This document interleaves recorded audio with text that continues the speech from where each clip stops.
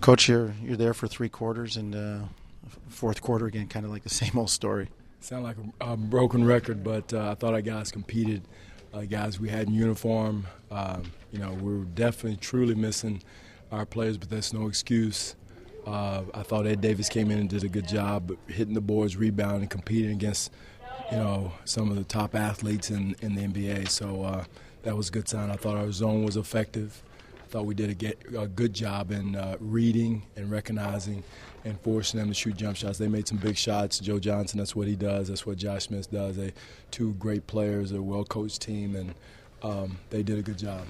What did they do in the fourth quarter? I know some of it was, your lack of personnel, but what did they do what did they take away from you? One thing they did offensively was Joe Johnson is a tough matchup for anybody. I mean, one-on-one, even against our zone, he found seams to go one-on-one in those situations and made big shots. And we just didn't convert on the offensive end and had some easy misses. And that was the story of the game. They made their tough shots and we missed ours. And I thought LB, Leandro came in off the bench and did a good job and gave us a boost off the bench.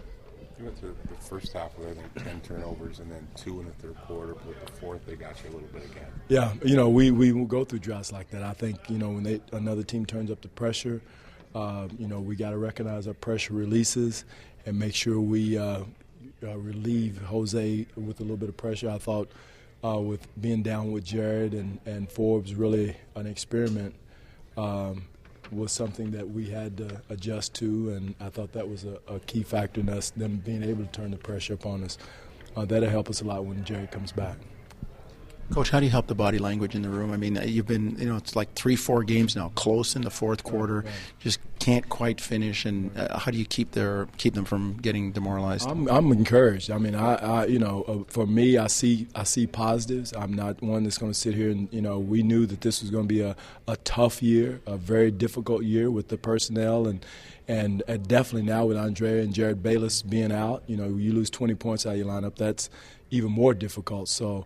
I knew it was tough. I'm man enough to understand the situation, and we knew this coming in, that we were going to be a work in progress. I like what I've seen with our guys defensively. We've turned the corner defensively.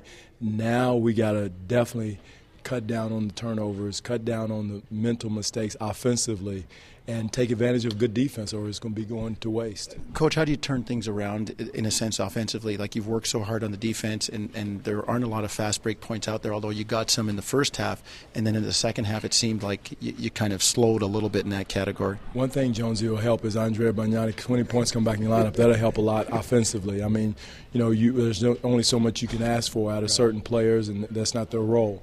And we lost a lot of offense in Jared and Andrea. Again, it's no excuse. Somebody has to pick up the slack, and we have to go from there. You talked about adding his rebounding. Offensively, he's very – I saw you had him on a post, I think, the first possession of the game, a couple times in the fourth quarter. Is he coming along there? Well, that's something that, you want to put him in a good situation where he can post up. That's an area where he has effect when he has the right matchup. Size, when they put their center, I think they had Pachulia on him one time, and then the Chicago game they had Noah on him.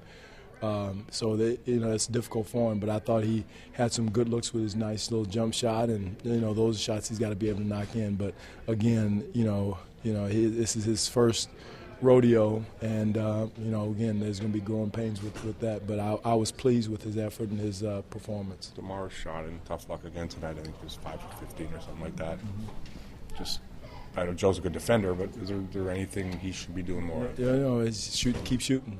For me, I mean, he's got to keep shooting the shots he works on, and he's got to learn to play against the physical play. The officials are not going to reward anybody in this league, no matter who it is, and he's got to play through that physical play.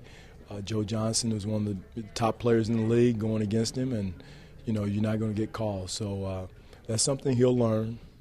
Again, it's growing pains. I thought, I knew going into this year with him being one of our top players, the team was going to hone in and lock in, and it wasn't going to be easy. And he's got to realize that, and we've got to help him as far as screening, timing on screens to help him get open. And he's got to make him more of a muscle to get open. Don't give in to a guy into him, Leandro they do him the same way, but he works until he gets open, and that's something that DeMar's going to have to learn how to do, and he will. Are you concerned about that? I mean, he seemed a little lackadaisical until the fourth, maybe. I mean, he's got to learn. If he wants to be the player, he'll learn. He will. I went through the same thing with Rashard Lewis. Same type of body, same type of guys got into him, and then it's just time. I mean, you can't rush time. I wish I had a magic wand to wave over him and say, okay, boom, you're there. And until he goes through these games, goes through these ups and downs, that's the only way he's going to learn. Fatigue at all, the finishing? He's not really finishing strong. He didn't really seem to be. No, I don't think he does. I mean, these young guys, just mental mistakes and some of the mental, the turnovers that we had were more mental than they were fatigue, I thought.